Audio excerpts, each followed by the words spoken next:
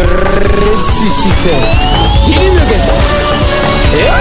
Et même mieux encore, les hommes n'avaient pas droit, il veut dire les juifs n'avaient pas droit à parler à une femme en public. La plupart des raisons, un homme parlait à une femme samaritaine. Et puis, il a fait coup de baptême. Tac, tac, tac, tac, il a fait son coup de baptême. Après ça, encore, il dit, coup théologique là. Moi, c'est vrai, je ne vais pas être pasteur, mais je vais faire le coup théologique. Il a fait le coup théologique. En tout cas, sa foi a grimpé très vite.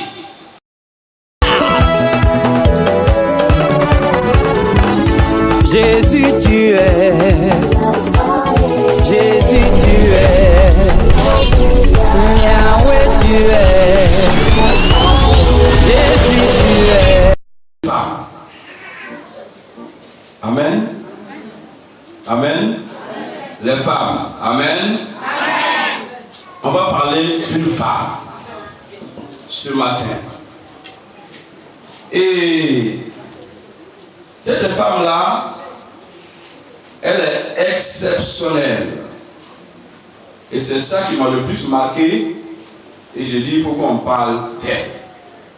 Alors, le thème que je vais utiliser, c'est de la conversion à la croissance spirituelle, à la maturité spirituelle. Alléluia. Est-ce que vous avez bien compris le thème? Si vous avez compris le thème, vous avez compris tout le message de ce matin. De la conversion à la croissance spirituelle et à la maturité spirituelle. Qui peut nous expliquer ce thème? Élise, de la conversion à la croissance, à la maturité spirituelle. Amen. Maintenant, tu comprends le thème? Ça veut dire, quand quelqu'un rencontre Jésus, il ne s'arrête pas là. Il fait quoi? Hein? Il grandit. Et puis, après d'avoir grandi, il devient comment? Il devient mûr. Amen. Et puis, quand il est mûr, c'est ça, être mûr, il a assis dans la foi. Et puis ensuite,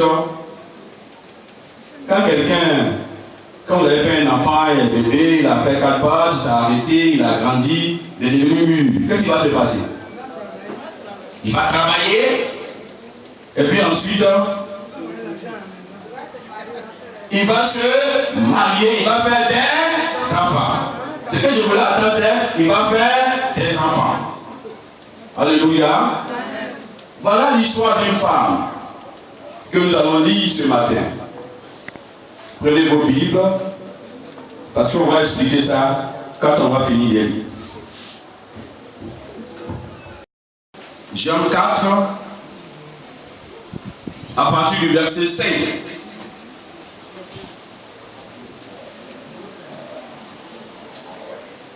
Jean 4, à partir du verset 5. Près du champ que Jacob avait donné à Joseph, son fils. Là se trouvait le puits de Jacob. Jésus, fatigué du voyage, était assis au bord du puits. C'était environ la 6e heure.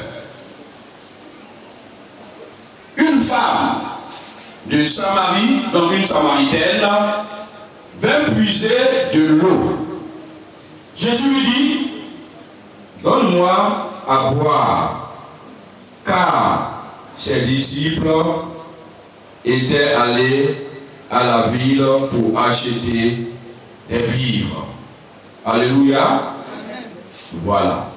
Et nous allons sauter, nous allons aller au verset 9.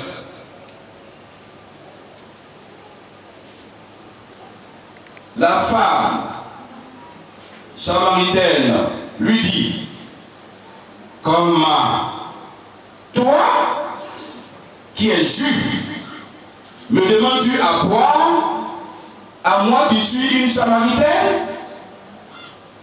Les juifs en effet n'ont pas de relation avec les samaritains.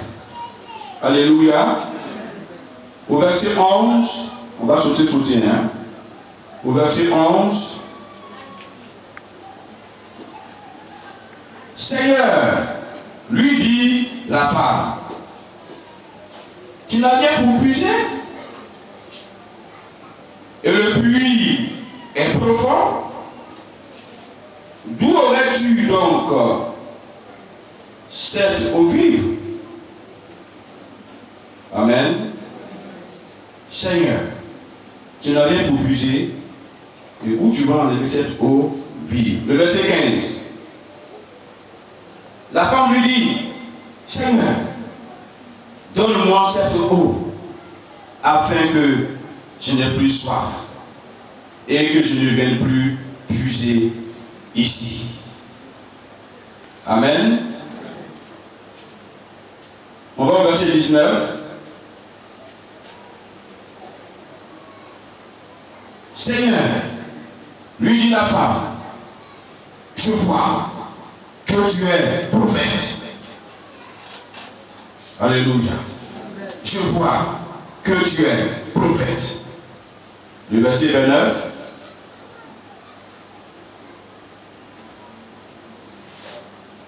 Venez voir un homme qui m'a dit tout ce que j'ai fait.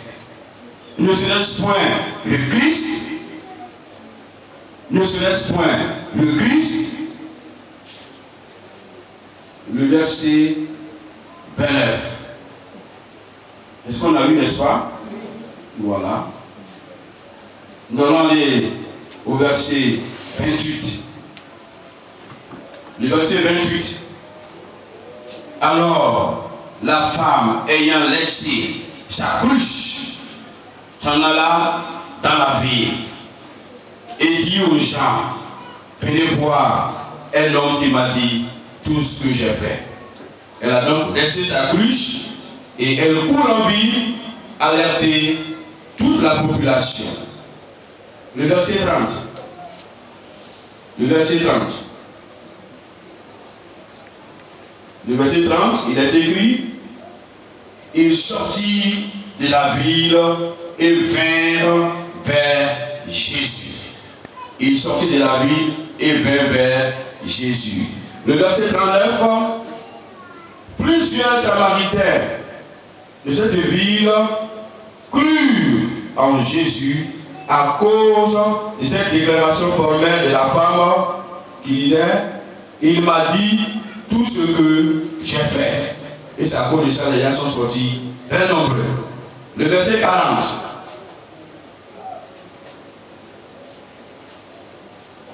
Aussi, quand les Samaritains vinrent le trouver, ils le prièrent de rester auprès d'eux. Et il y resta 2 jours. Alléluia. Le verset 42. Le verset 42. C'est là qu'on va terminer. Voilà ce que les gens disent. Ce n'est plus à cause de ce que tu as dit. C'est-à-dire, il s'adresse à la femme. Les gens qui sont venus là, ils s'adressent à la femme et voilà ce qu'ils disent. Ce n'est plus à cause de ce que tu as dit que nous croyons, car nous l'avons nous-mêmes entendu et nous savons qu'il est vraiment le Christ, le Sauveur du monde. Alléluia. De la croissance à la maturité. Nous avons tout à l'heure lu l'histoire d'une femme, une femme samaritaine. Les Samaritains étaient des personnes que les Juifs considéraient comme des personnes ayant des mauvaises vies. Alléluia. Alléluia. Parce que la Samarie avait été abandonnée, je dirais, avait été frappée par Dieu. Et les habitants étaient amenés en déportation. Et en son temps, il y avait un roi qu'on appelait Sargon. Sargon II. Il va prendre les habitants de Babylone et d'autres contrées et il va les envoyer vivre en Samarie parce que ceux de Samarie avaient été amenés en captivité. Évidemment, ceux l'avons vu sur place. Il dit souvent avec certains juifs, ils vont se mélanger avec eux, ils vont même faire des enfants. Et plus tard, les juifs vont devenir. Et donc pour eux, ils ne considèrent pas ce peuple qui était en Samarie comme le peuple juif. Il y avait ce qu'on appelait le syncrétisme chrétien, si vous voulez. Le syncrétisme chrétien, c'est tout simplement un mélange de vie chrétienne et d'idolâtrie. Aujourd'hui encore, dans l'église, on trouve ça. Le syncrétisme chrétien. Les gens vivent comme des chrétiens, mais quand ils quittent l'église, ils vivent comme des païens. Et quand le dimanche arrive, ils vivent comme des chrétiens. Bien, donc, cette femme dont on parle était issue de ce peuple samaritain. Et entre eux, et puis les juifs, si vous voulez, on pourrait dire, il n'y a pas là. Donc quand ils se rencontrent, ils ne doivent pas se parler. Ils ne doivent pas se dire mot. Et même mieux encore, les hommes n'avaient pas droit, je veux dire les juifs n'avaient pas droit à parler à une femme en public. En plus forte des raisons, un homme parlait à une femme samaritaine. Alléluia. Alléluia. Cette femme samaritaine, ce matin, elle représente nous qui sommes là. Nous sommes des personnes de mauvaise vie.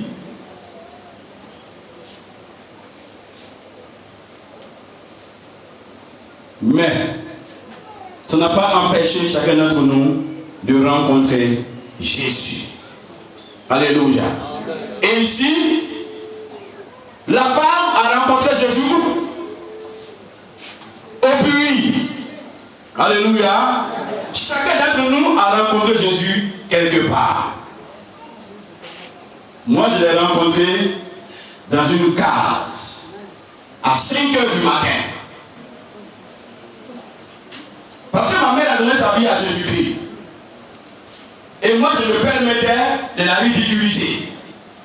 Vous avez vu plusieurs fois le témoignage ici. Elle devait mourir, Jésus-Christ lui a donné la vie, parce qu'un homme de Dieu a prié pour elle, et elle a été ressuscitée. Mais quand elle est venue, on a commencé à se moquer d'elle, et les gens disaient, elle a envoyé au village le Dieu qui ferme les yeux. Parce qu'avant de prier, elle fait quoi? Elle ferme les yeux et elle prie. Donc on se moque dit, le Dieu qui ferme les yeux. Alida, Mouri qui est là. Ou il y a Mouri qui est là. C'est-à-dire, elle a envoyé le Dieu qui ferme les yeux. Et donc, quand on prépare pour elle, ou alors quand elle a sa nourriture, quand elle veut manger, les gens me poussent pour dire, faut aller. Prends la nourriture là, casse ça derrière là-bas, Quand elle va ouvrir les yeux là, on va voir si tu vas trouver ça pour lui donner. Et moi j'étais enfant, je ne connaissais pas ce que je faisais, je prenais ça et j'allais cacher. Quand elle finit de prier toujours, elle termine sa prière par Amen. Quand elle dit Amen, m'a dit derrière. Elle dit quoi, maman, c'est où t'es parti? Et tout le monde commence à rire. Moi aussi je suis content, je ris avec eux, et puis maintenant je m'en vais, je prends le repas, je vais maintenant à la place. Tout le temps c'était comme ça. Viens, c'est-à-dire on m'appelle Pierre, elle prie, hein, prends. À 5 h du matin, elle m'a réveillé et elle m'a donné Jésus. Alléluia.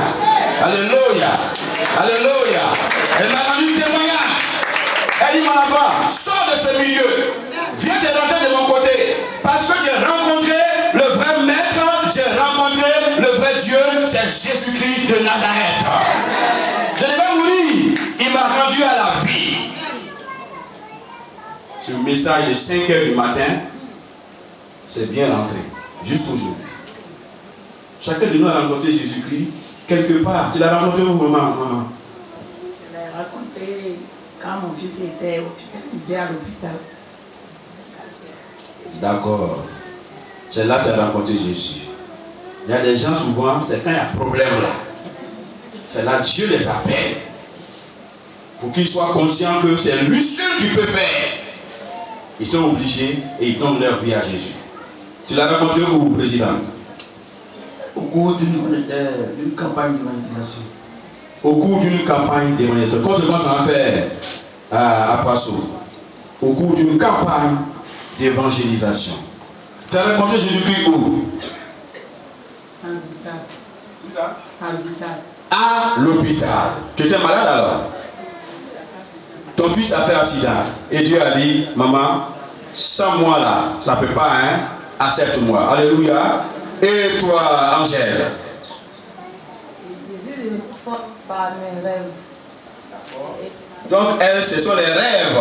Tu faisais sur la folie, tu tombais fort, donc ça t'a effrayé. Et tu as accepté Jésus-Christ. Tu m'as dit, c'est un jour, je t'ai envoyé un message. Quand tu avais dit ça, c'est la main de Dieu. Je m'en vais. Alléluia. Merci. Georgette.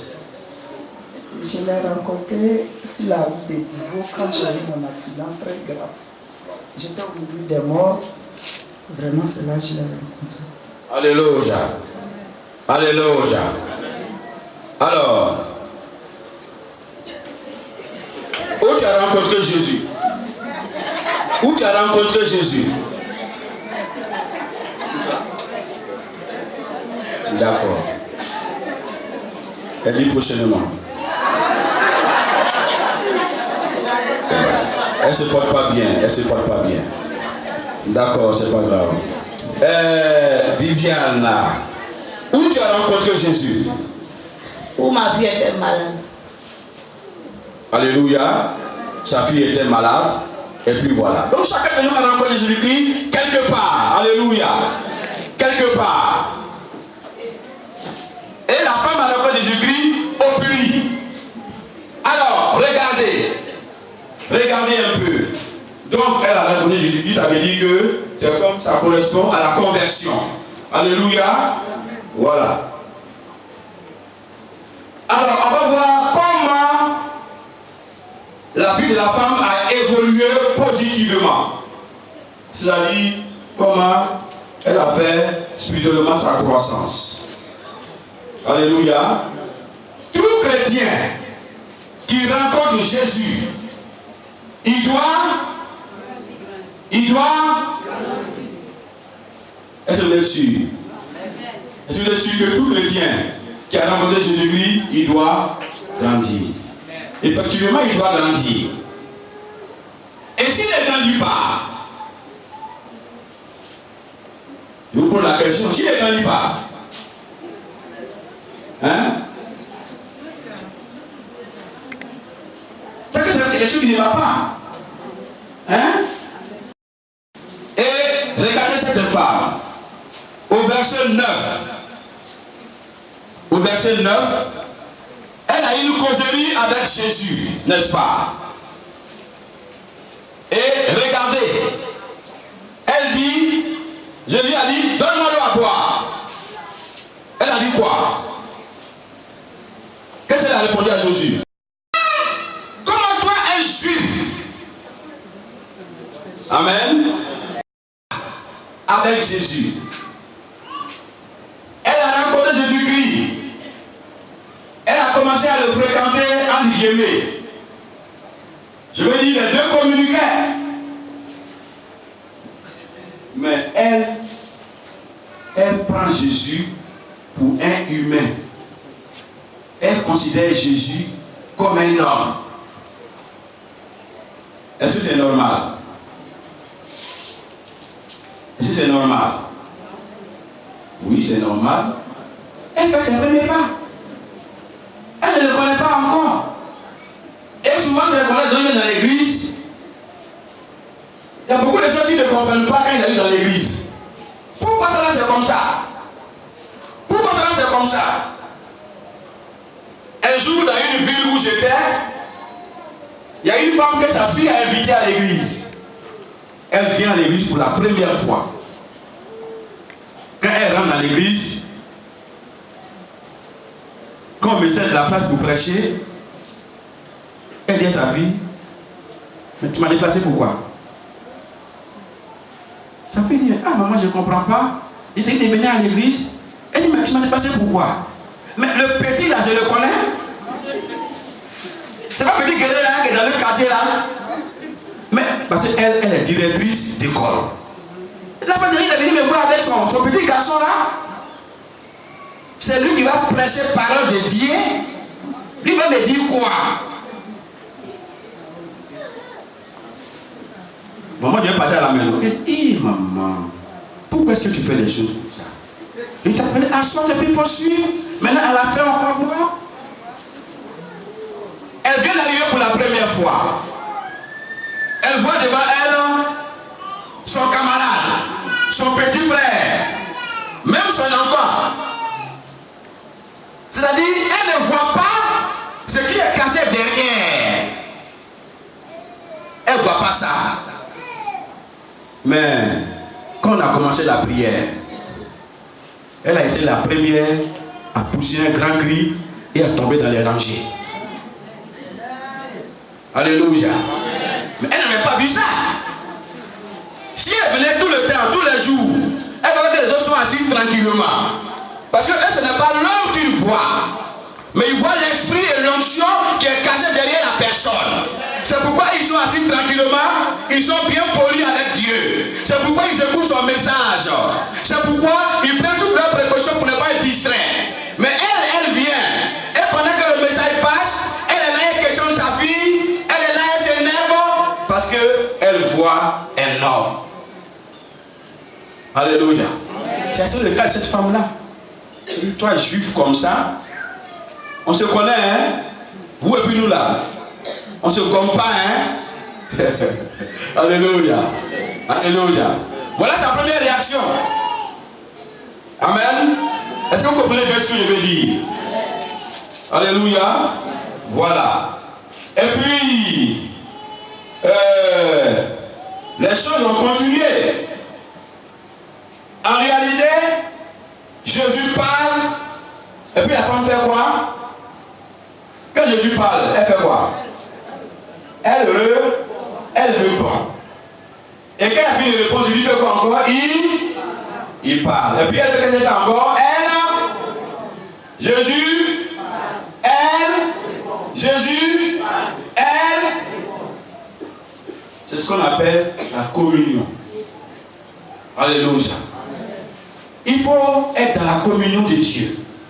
Vous allez voir que c'est important. Elle a accepté de venir dans la présence de Dieu, de Christ. C'est vrai, au départ, elle ne pouvait pas comprendre les richesses qui sont cachées derrière ce deux chants qu'ils sont en train de faire. C'est comme nous ce matin. Les dimanches, on fait quoi? On vient, et puis par rapport à nos prières, qu'est-ce qu'on fait? On parle à Dieu. Alléluia. Et maintenant, par rapport à la prédication, Dieu nous parle. C'est ce qui se passe ici, en miniature. Et une personne qui est constante dans la présence de Dieu, qui est pressée pour venir dans la présence de Dieu,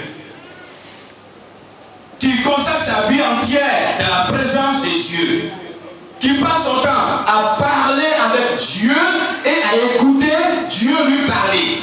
Une telle personne va s'attendre à beaucoup de richesses. Alléluia. Alléluia. C'est ça la communion avec le Seigneur. C'est ça la présence de Dieu. Et la femme, elle a aimé ça puisqu'elle a continué à échanger avec lui. Est-ce que ce matin, chrétiens que nous sommes, pouvons être attirés par la présence de Dieu. Est-ce que le dimanche arrive? Très tôt le matin, on se prépare. Il dit ça, je m'avais dit, non seulement je vais louer Dieu et je vais chanter, je vais le prier, mais lui aussi, il va me parler. Alléluia. Est-ce qu'on peut dire ce matin, il y a beaucoup de grâce dans la présence de Dieu? Est-ce qu'on peut le dire ce matin? Alléluia. Ça, c'est la première réaction. Au verset 11. Donc, elle est toujours dans la présence de Jésus. Le verset 11 dit quoi? Le verset 11. Jésus va lui dire, donne-moi à boire. Et il va même dire, moi je te donnerai de l'eau vive. L'eau que je te donnerai là, tu ne vas même plus venir au puits pour puiser de l'eau. Tellement tu n'auras plus soif. Alléluia. Alléluia. Quand Jésus lui a dit ça, elle lui a répondu quoi? Elle lui a répondu quoi? Au verset 11. Alléluia. Au début, elle a dit, toi juif là. Mais elle n'est pas partie. Elle est restée là. Elle a continué à échanger avec lui. Maintenant, son langage va changer. Elle va dire maintenant, Seigneur, donne-moi de cette eau, que je puisse la boire et que je n'ai plus soif. Alléluia. La présence de Dieu nous ouvre l'esprit à comprendre que celui qui est devant nous, c'est celui qui est le plus grand. Quand tu dis Seigneur à celui qui est supérieur à toi. Donc elle reconnaît la supériorité, la grandeur, la suprématie de Jésus-Christ. Elle dit Seigneur. Alléluia.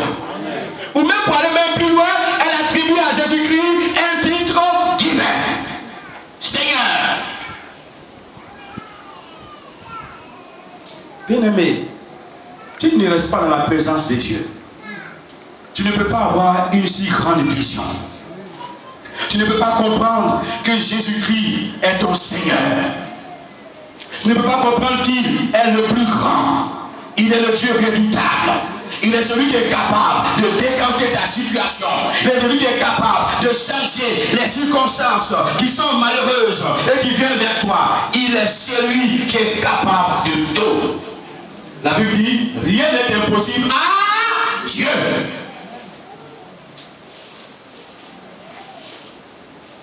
Un jour,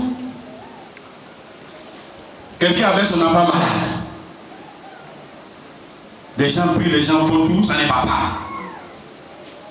Et il a pris son enfant, il a dit à Jésus-Christ, ah, vraiment, Seigneur, il a dit, si vraiment tu le peux, si tu es capable de guérir cet enfant qui est frappé par un esprit épileptique, parce que Jésus-Christ, je vais te dire, hein, quand l'esprit le prend, l'esprit le jette dans le feu, quand l'esprit voit le feu, l'esprit veut le tuer, quand l'esprit voit l'eau, l'esprit veut le mettre dans l'eau. Mais Jésus, si tu es capable, si tu as l'autorité, si tu es plus fort que ce démon. Jésus a commencé à rire et Jésus lui a répondu, qu'est-ce qu'il a dit? Rien n'est impossible à Dieu. Alléluia. Souvent ceux qui viennent à l'église, ou du moins qui ne restent pas dans la présence de Dieu, ne peuvent pas avoir une si grande révélation. Ne peut pas voir que Jésus-Christ est capable de changer des situations où on dit c'est déjà gâté, on ne peut plus rien. Il ne peut pas savoir que Jésus-Christ est le Seigneur. Ce matin, je t'invite à demeurer toujours dans la présence de Dieu. Ça me fait souvent mal, même quand on vient aux réunions du soir. Je vous ai dit, il y a des familles que je reconnais ici, ce sont elles qui viennent régulièrement aux réunions du soir. Alors qu'au réunion du soir, Dieu se révèle. Dieu se montre. Dieu se fait connaître comme le Seigneur. Par son enseignement, par sa parole. Mais quand vous n'y venez pas, vous ne pouvez pas avoir la même révélation, la même foi. que vos frères et sœurs qui sont là les soirs. C'est important. Alléluia. Elle avait dit juif, maintenant elle dit Seigneur. Vous pouvez aussi trouver ça au verset 15 aussi. Au verset 15, vous pouvez trouver cela. Seigneur, donne-moi cette eau afin que je n'ai plus soif et que je ne vienne point puiser ici. Alléluia. Alléluia. Bien-aimé, ce matin, Christ est capable de te donner l'eau que tu cherches pour ne plus que tu aies soif. Le verset 19. Donc, est-ce qu'elle est partie? Est-ce que la femme est partie? Elle est encore dans la présence du Seigneur. On est maintenant au verset 19. Qu'est-ce qu'elle dit?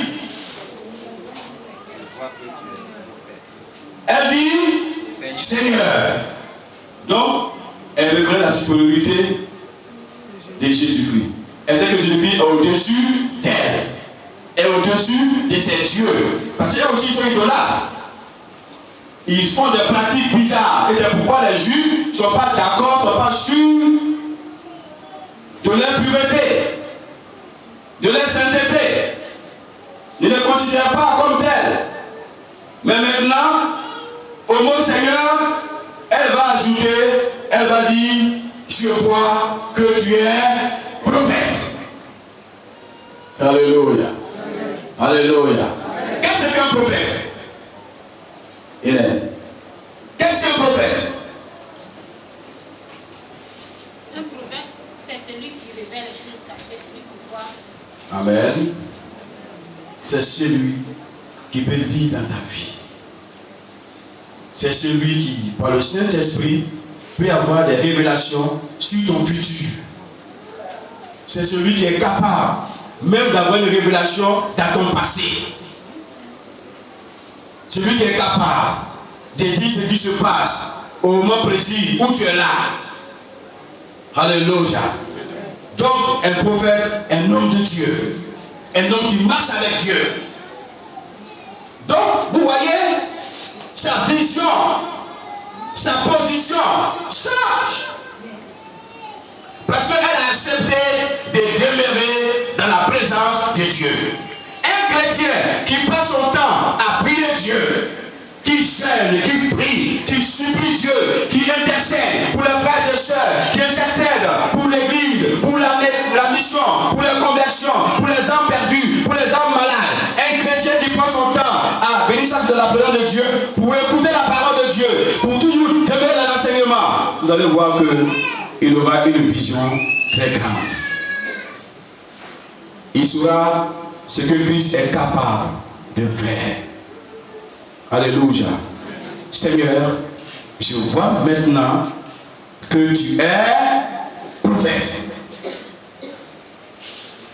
Alléluia. Sa vie commence à progresser. Donc nous voyons que elle commence à croire dans la présence de Dieu. Et quand vous venez à l'église continuellement, vous écoutez les enseignements de Christ, la parole de Dieu qui vous est donnée, vous grandissez et vous devenez de plus en plus grand. Alléluia. Quelque chose m'a beaucoup séduit quand j'étais à l'école. Quand j'étais à l'école, on était en 3e. Lorsqu'on nous pose une équation et qu'on nous dit x au carré est égal à -1, on dit non, ça on ne peut pas résoudre. Comment un nombre qui est au carré, il est déjà positif, il ne peut pas être égal à -1, x au carré, ça ne peut pas être égal à -1, on n'a pas dit moins x au carré. Mais j'ai été séduit. Quand on est arrivé en seconde, en première, on a vu que x au carré peut être égal à -1. Parce que quand on rentre dans les complexes, x au carré peut être égal à -1. Donc au fur et à mesure qu'à l'école, on gravit les échelons, on monte. Ce qu'on ne peut pas faire en bas ici, quand on commence à grandir dans les études, on voit que c'est capable de faire tout ça. Dans la fidélité, c'est comme ça. Si vous ne venez pas à l'église, tout le temps, vous n'êtes pas dans la présence de Dieu, il y a des enseignements qui vont vous manquer, que vous n'allez pas connaître. J'ai rigolé un jour. C'était en 1979. J'ai rencontré un jeune homme dans la cour de mon oncle. Il dit, il est le président des jeunes de son église. Le président des jeunes de son église. Oui. Je lui ai dit, bon, je t'appuie, prends cantique des cantiques. De moment, il t'a dit quoi? Il dit, cantique des cantiques n'existe pas dans la Bible. C'est pourquoi il dit, j'ai rigolé. Un président d'un groupe de jeunes, mais il vous envoie à l'abattoir. Parce que parle de lui-même là, il ne connaît pas. Puis lui-même là, il ne connaît pas. Vous comprenez? Parce qu'il n'a pas écouté la parole de Dieu, il n'a pas étudié la parole de Dieu, il n'est pas resté dans la présence de Dieu. Dans une autre église, des missionnaires sont arrivés. Et il y avait un tonton qui dirigeait les enfants. Et quand le missionnaire est venu, il a dit, bon, moniteur, pardon, excuse-moi un peu, je vais poser une question aux enfants.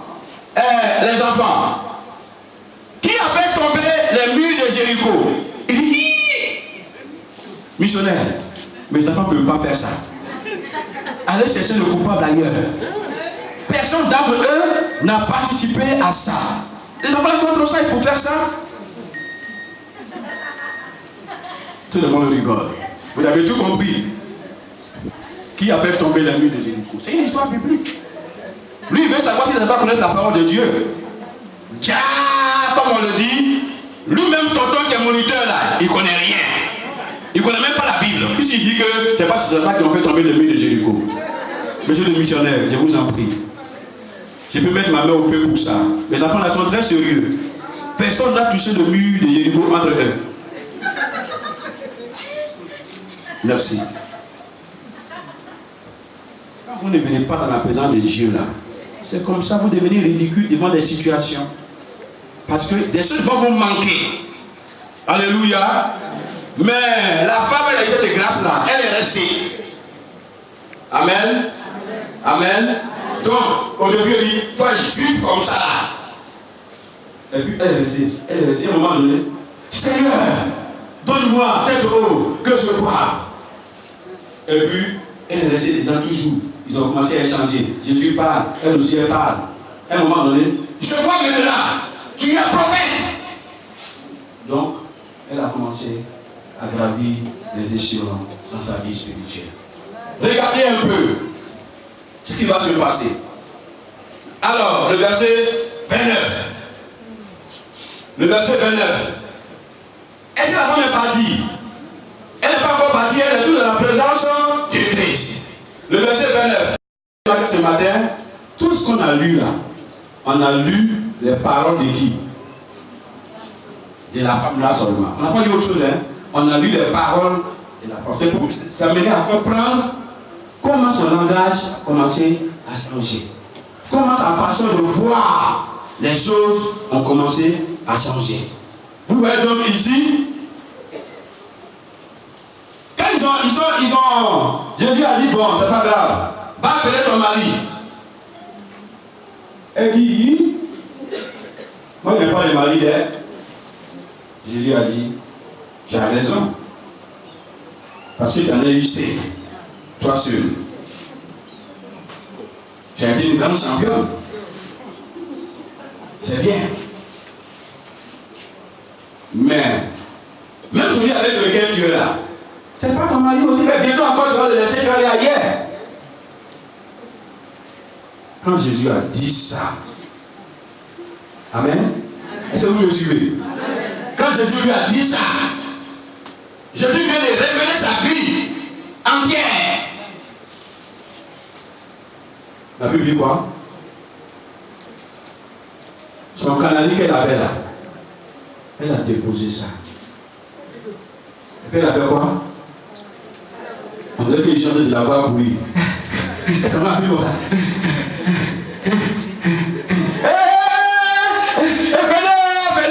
Venez voir quelqu'un vraiment qui m'a révélé toute ma vie. Ce que j'ai fait en cassette, je blaguais les gens, je les trompais, je les trahissais. Il connaît ma vie, oh, il connaît ma vie. Ça, c'est le Messie, c'est le Messie. Venez, c'est le Messie qui est là, c'est le Messie qui est là. Sa vision a changé. Alléluia. Sa vision a changé.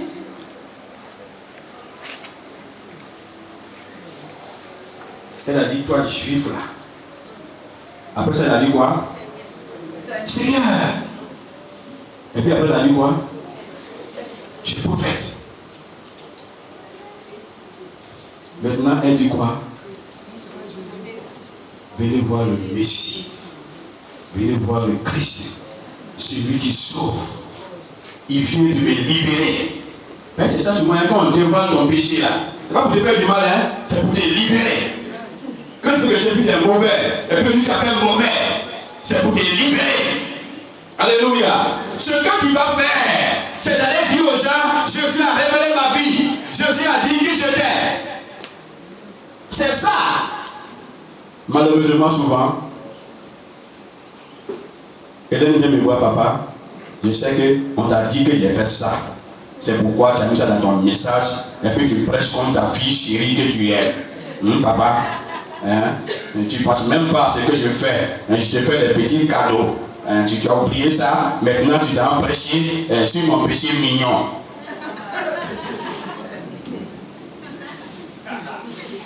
Ce que Hélène doit faire est de courir en lui pour dire, venez voir.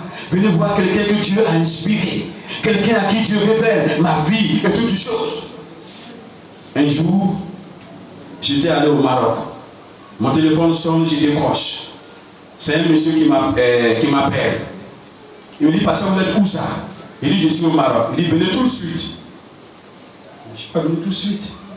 Il dit, j'ai un cas ici. Il dit, mais bien sûr, moi aussi je suis venu là, il y a des cas. Donc quand il est venu voir ces cas-là, il dit, mais qu'est-ce qui se passe? Il dit, il y a un monsieur, il est gros comme ça. Il enseigne mes enfants. Pendant qu'il enseignait mes enfants, il est tombé. Et puis quand ça commence à sortir de sa bouche. Je lui ai dit, ah, bon, d'accord. Bon, laissez-le. Quand il va finir d'être secoué, il va dormir un peu. Et puis après, il va se réveiller et puis c'est fini. Mais demain matin, il n'a qu'à venir me voir.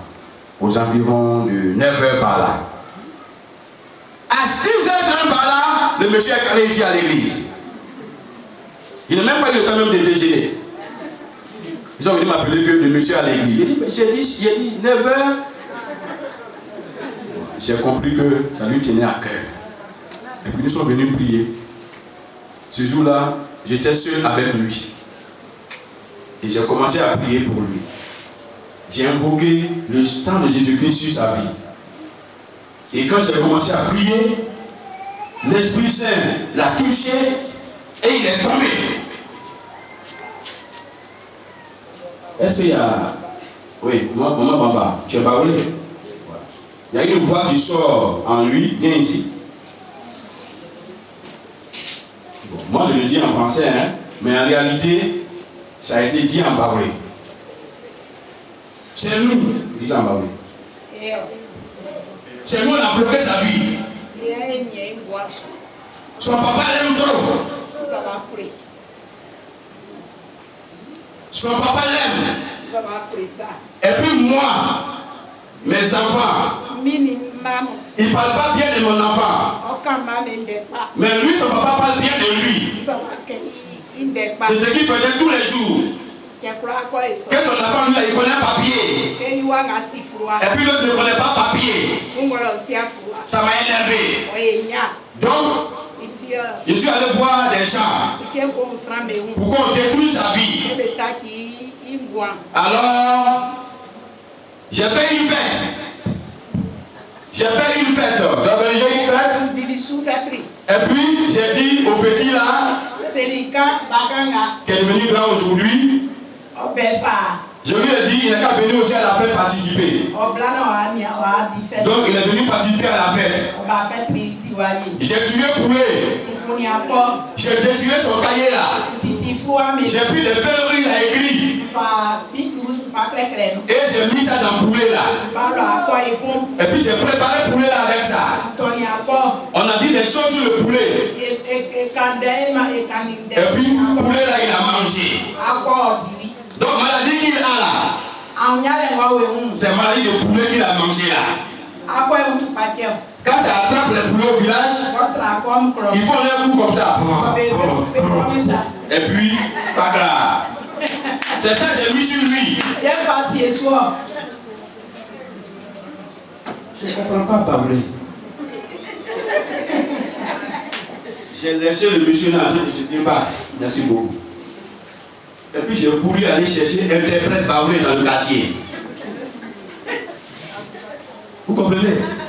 Et quand ils sont venus, maintenant au fur et à mesure qu'ils parlent, alors elle interprète pour moi. Il y a eu des choses atroces qui ont été dites. Alléluia. Alléluia. Alléluia. J'ai dit, mais toi-même femme là, t'es qui? Le Saint-Esprit l'a chicoté. Elle a donné son nom. Il dit, mais son papa s'appelle comment? Son papa que ta mari s'appelle comment? Elle a donné le nom de son papa. J'ai demandé la liste de leur famille. J'ai demandé le nom du village où ça a eu lieu. J'ai demandé ceux qui étaient là pendant ce jour-là à la fête. Donc j'ai fait mes enquêtes spirituelles. Quand j'ai fini, j'ai dit allez, au nom de Jésus, prends tes bagages et puis tout le camp. Allez, quitte monsieur là, faut partir. Et puis elle a dit je m'en vais, elle est partie. Merci.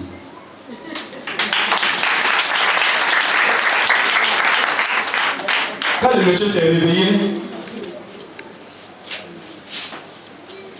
j'ai dit son nom. Il a étonné. Ça, c'est son nom du village. Qui m'a dit ça? J'ai dit le nom de son papa. Il a commencé à trembler sur lui-même. J'ai dit le nom de son papa avec deux femmes. Voilà le nom de Tamara. Il s'est levé. Il est venu s'asseoir. J'ai dit, vous avez eu en telle année, telle fête, à telle heure. Il dit, non, pasteur, c'est pas vrai. C'est pas vrai. Qui t'a parlé de ma famille? Alléluia. Il a été touché. Ça a marqué sa vie. Quand Dieu nous ouvre les yeux et qu'il fait des révélations, notre attitude doit être adorer Dieu, le remercier. On ne va pas dire pourquoi tu appelles ça à ton enfant chéri.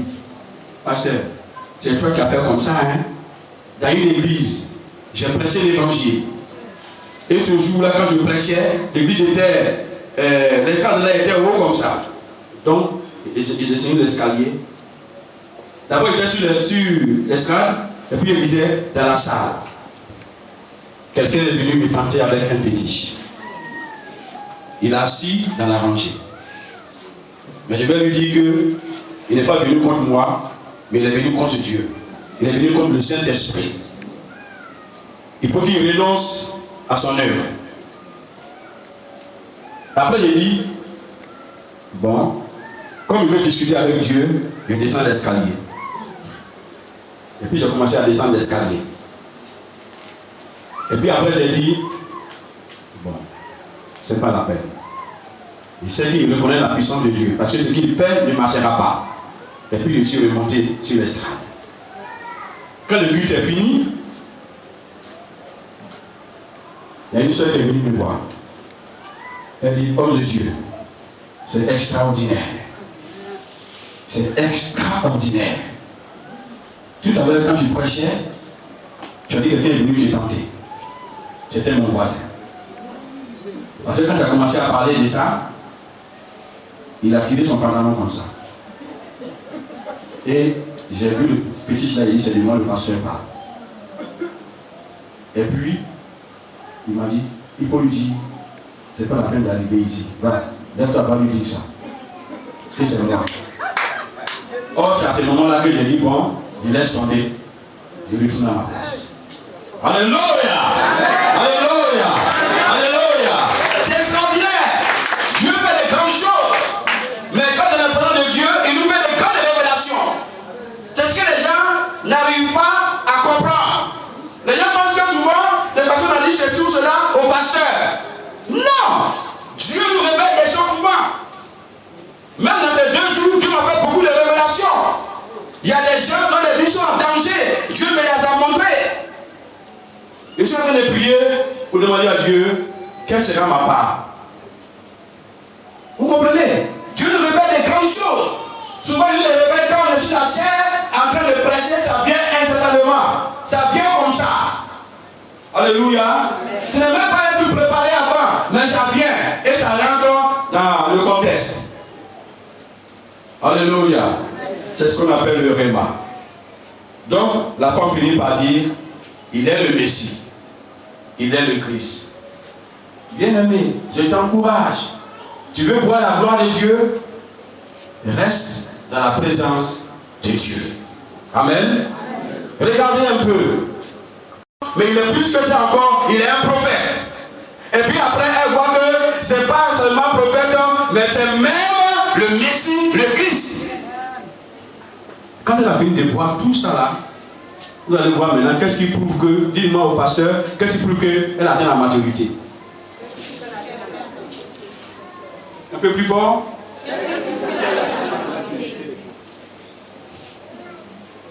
Madame Tapé, pose-moi la question. Qu'est-ce qui prouve qu'il atteint la maturité? Qu'est-ce qui prouve qu'il atteint la maturité? Qu'est-ce qui prouve qu'elle atteint la maturité?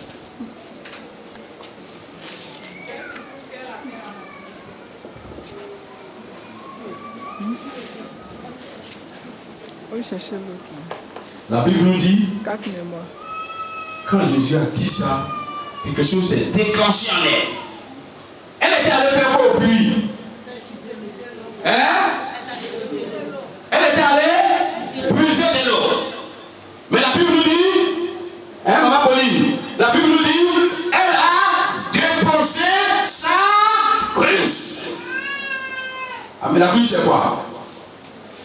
C'est un canard. Un canari, très bien. Vous êtes très fort en français. Donc, elle a déposé sa cruche. Et la Bible dit, elle a déposé sa cruche. Ça veut dire qu'elle avait une activité à faire. Mais puisque Jésus lui a révélé sa parole, qu'elle a été pénétrée, qu'elle a été touchée, qu'elle a été changée dans son cœur, elle laisse l'activité et elle met au devant l'œuvre de Jésus-Christ. Elle court en ville, elle enlève la population, elle évangélise, elle prêche la parole, la bonne nouvelle. Alléluia. C'est là la différence entre cette femme et certains chrétiens aujourd'hui. Quand on fait ça, pasteur, je n'ai pas le temps. Quand moi, je lui dis, attends, on dit, ah, moi, fac là, bon, moi, je lui dis, m'excuser, hein, je n'ai pas le temps. Moi, j'ai ceci à faire, je n'ai pas le temps. Mais la femme, elle avait son activité de devenir puiser l'eau.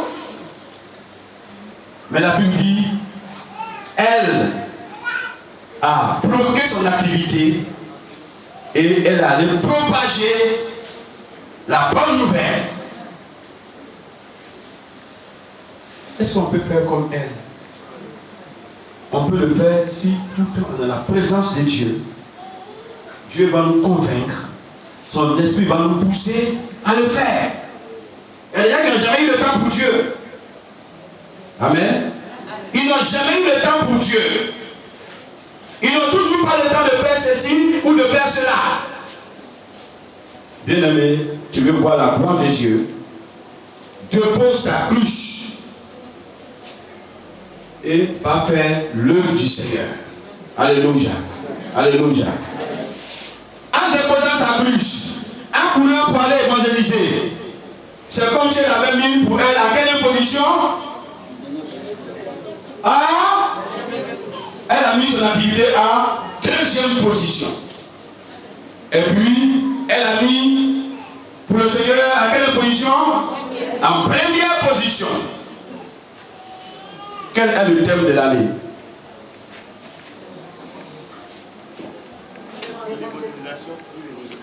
L'évangélisation ou l'évangélisation. Ou bien on a dit quoi encore? Un mois, au moins une âme. Est-ce qu'on a pu bloquer nos activités pour commencer ça? Je ne vais pas prendre vos copies pour les corriger maintenant. Je pense que le mois de janvier, c'est un mois où vous êtes un peu entraîné pour voir comment ça va se passer.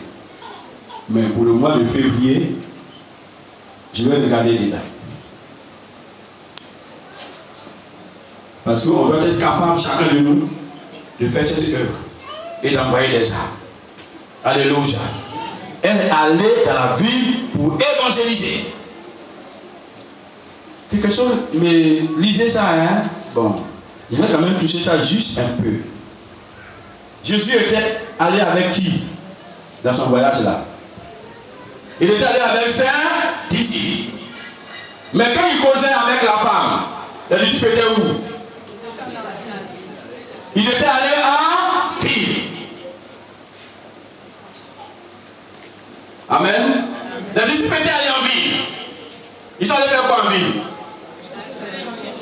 Pour aller chercher manger. Manger c'est doux. Mais quelquefois manger peut nous créer tous les problèmes.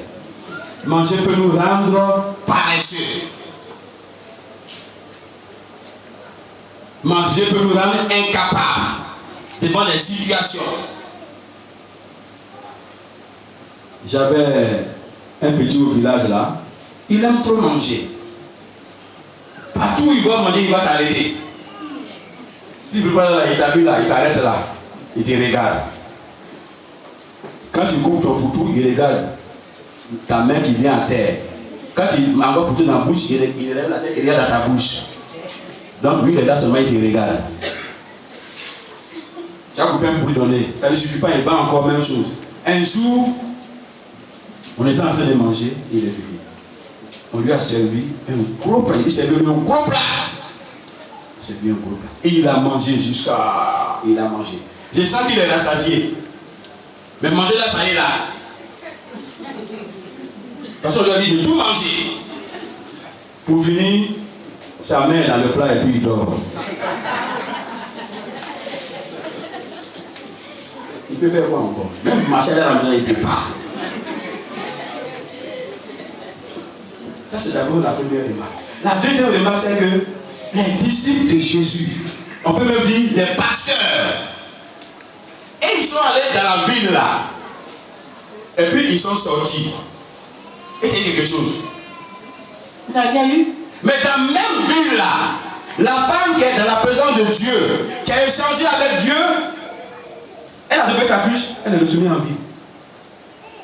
Mais quand elle est rentrée dans la ville là, le monde a commencé à courir pour sortir, pour venir vers Jésus. Ça ne vous dit rien? Travaillez là. C'est vous qui êtes capable de faire ça. Alléluia.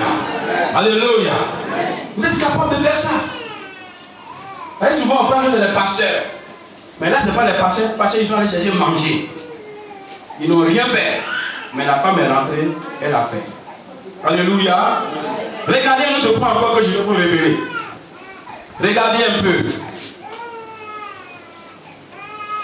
Amen. Le verset 40. Le verset 40. Lisez ça rapidement. Je veux que vous lisiez. 40, oui. Aussi. Quand les Samaritains vinrent le trouver, Ils le prièrent de rester auprès d'eux. Ah. Ils ont fait quoi? Ils le prièrent. Parce qu'ils étaient dans la ville et puis ils sont sortis. Parce que les gens, une fois qu'on est tombé, ils sont sortis. On dit qu'ils sont venus, ils ont dit quoi à Jésus? La neige. Ils ont dit, reste avec nous. Il ne faut pas partir. Nous, on veut que tu restes. Alléluia. J'ai appelé ça le désir ardent d'une âme assoiffée. Amen. Amen. Leur cœur là, ils veulent être rassasiés de la présence de Jésus-Christ. Ne va pas maintenant. Reste avec nous. Seigneur, on te supplie. Reste avec nous. Alléluia. Ils sont combien de chrétiens? Ils sont combien de personnes qui aiment la présence de Dieu? Ils sont combien? Hein? On a vu souvent. Il y en a même souvent quand ils viennent à l'église, après ils s'asseyent 30 minutes, ils vont aller à leur monde.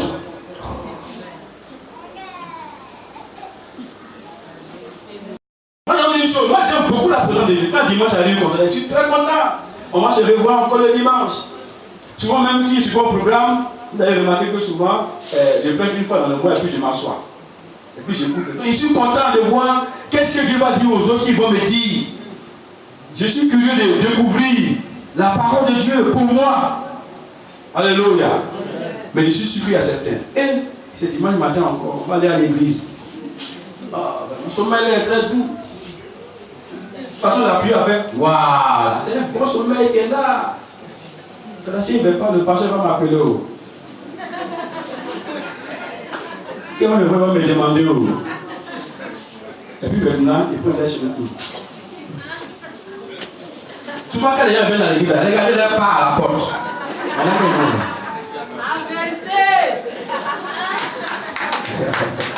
Alléluia. Alléluia. Vous comprenez? Regardez-leur pas. Et moi, quand je vois ça, mon cœur saigne au-dedans de moi. Je veux déjà assoiffé.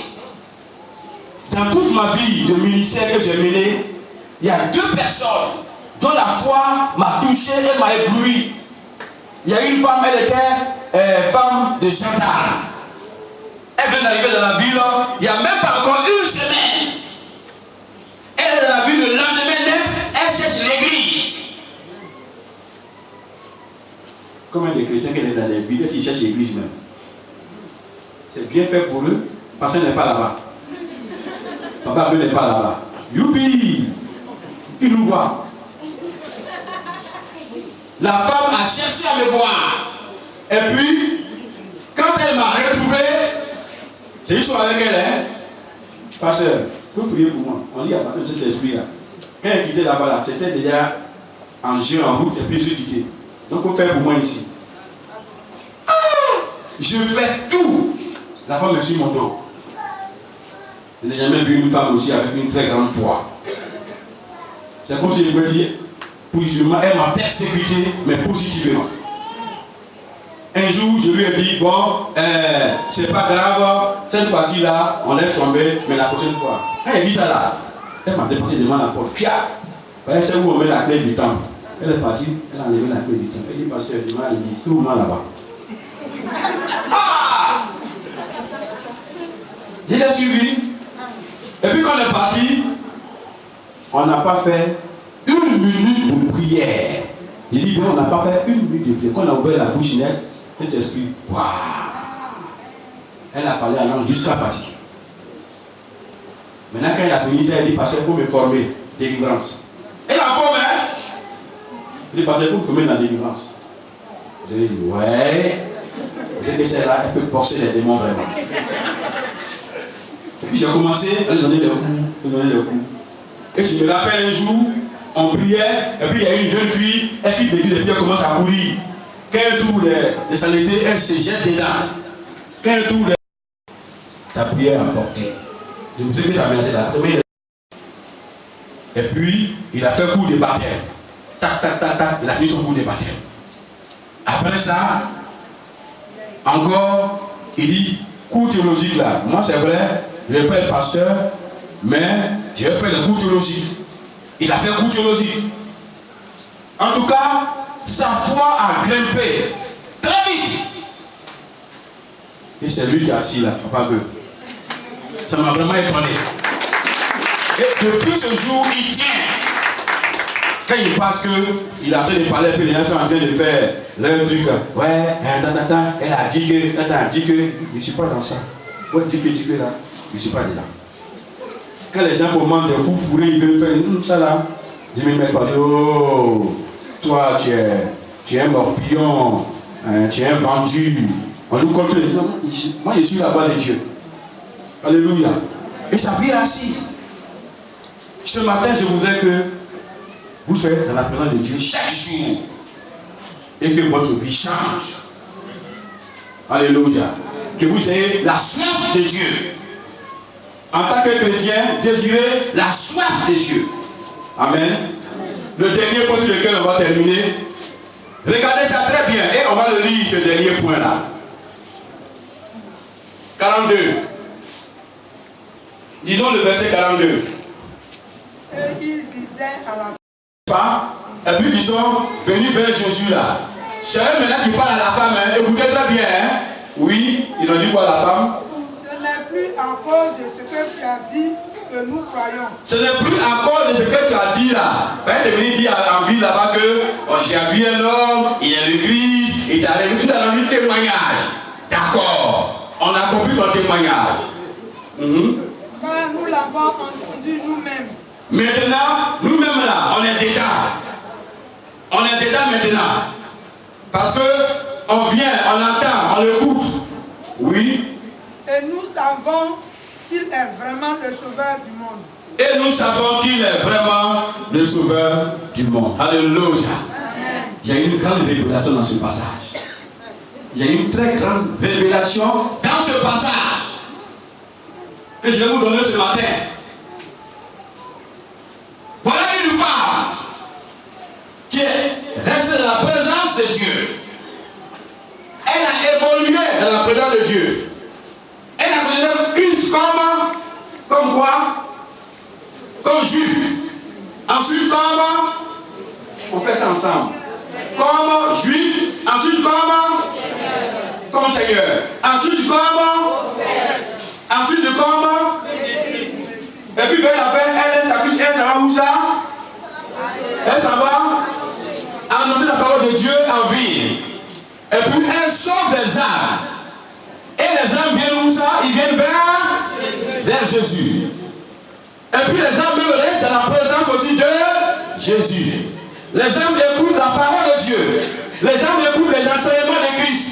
Et vers la fin, les âmes disent à la femme, ce sont pas nous envoyer vers Jésus que c'est notre propriétaire.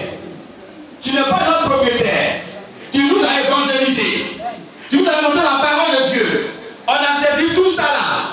Mais aujourd'hui là, tu n'es pas notre propriétaire. Notre vrai propriétaire, c'est Jésus-Christ de Nazareth, le sauveur du monde entier. Alléluia. Alléluia.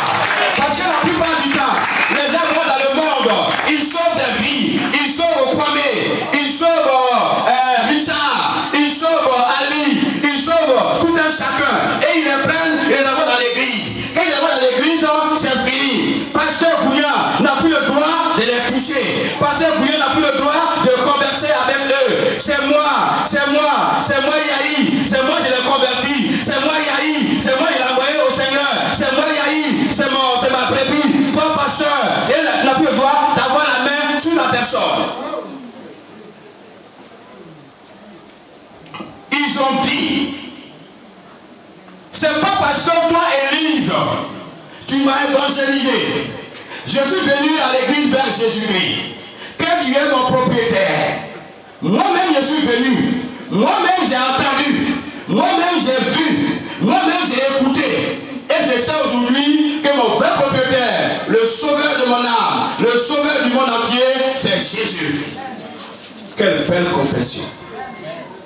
Est-ce que ce matin quelqu'un a des oreilles pour entendre ça? Alléluia. Est-ce que vraiment quelqu'un a des oreilles pour entendre ça? Il y a un monsieur, il y a une femme plutôt, une sœur en Christ, une très charmante femme. Elle allait évangéliser. Et puis, le monsieur avait dit en son temps, s'il doit venir à l'église là, c'est à cause de toi il vient. Hein? Moi je viens à l'église à cause de toi. Hein? Il faut qu'à la fin là, il faut que nous disions on se marie. Hein? Elle a dit, bon, j'ai compris. Viens seulement. Alléluia. Comme la femme là, viens et vois. Venez voir. Viens et vois. ans. Le monsieur est venu.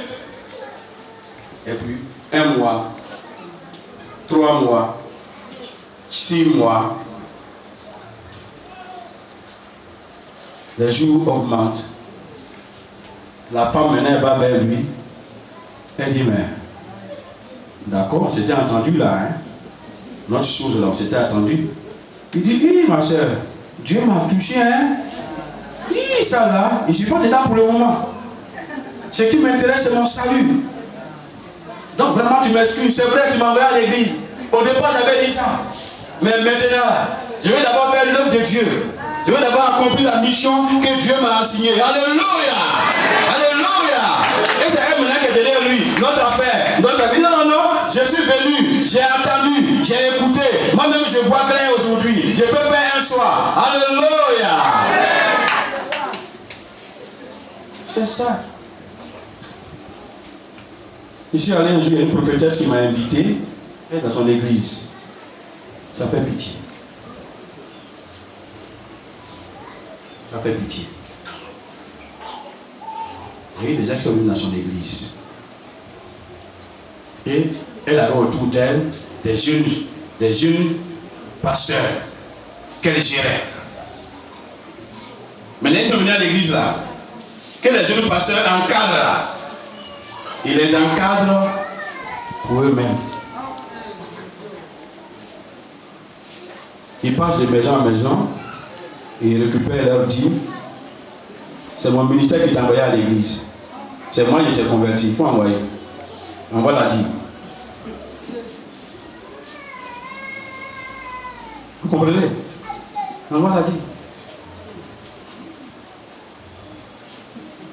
Il y en a même qui brutalisent même certaines jeunes filles, puis ils les envoient à l'église. Donc ils ont droit sur les jeunes filles pour entretenir des relations. C'est eux qui les envoient à l'église. Vous comprenez? Retenez cette parole de Jean 4, le verset 42. Ce n'est pas parce que tu es venu nous prêcher. Nous-mêmes on est venus. Nous-mêmes on a vu clair. Donc, ce n'est pas toi. Amen. Amen. Amen. Que le nom de Dieu soit béni.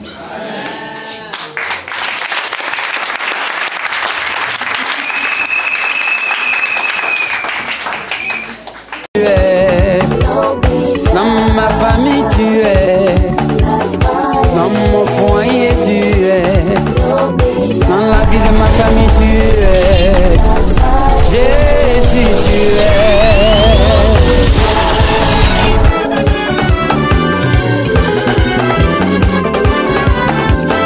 Tu es le premier, le dernier, le commencement et la fin. Comment ne pas t'adorer, comment ne pas te louer, comment ne pas t'élever. Yahweh Dieu, tu as le dernier mot, du plus haut des cieux, créateur de l'univers et de la terre. C'est toi Yahvé, nous magnifions quand on va dans les hôpitaux. Les médecins, les docteurs, eux ils soignent, c'est toi qui as la guérison. Dans les hôpitaux aussi, l'homme dans l'homme, le sément de l'accouchement, c'est la femme, c'est la grossesse, c'est toi qui fais toutes choses. Yahvé, tu es Dieu, tu es le Dieu des dieux. Voilà pourquoi nous t'élevons, nous poussons des cris de joie. Tu es le premier, le dernier. Jésus-Christ, Yahweh, Yahweh, Jésus-Christ, Yahweh, Yahweh, Yahweh. Tu es le Dieu des dieux, Jésus, tu es. Jésus-Christ, tu es le commencement et la fin, le premier, le dernier. Je pousse des cris de joie, Yahvé, je t'acclame.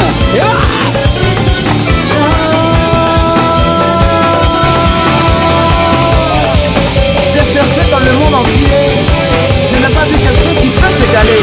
Jésus, tu es trop fort. DJS Productions, le studio de référence. À toi qui n'as plus d'espoir, le Seigneur a un plan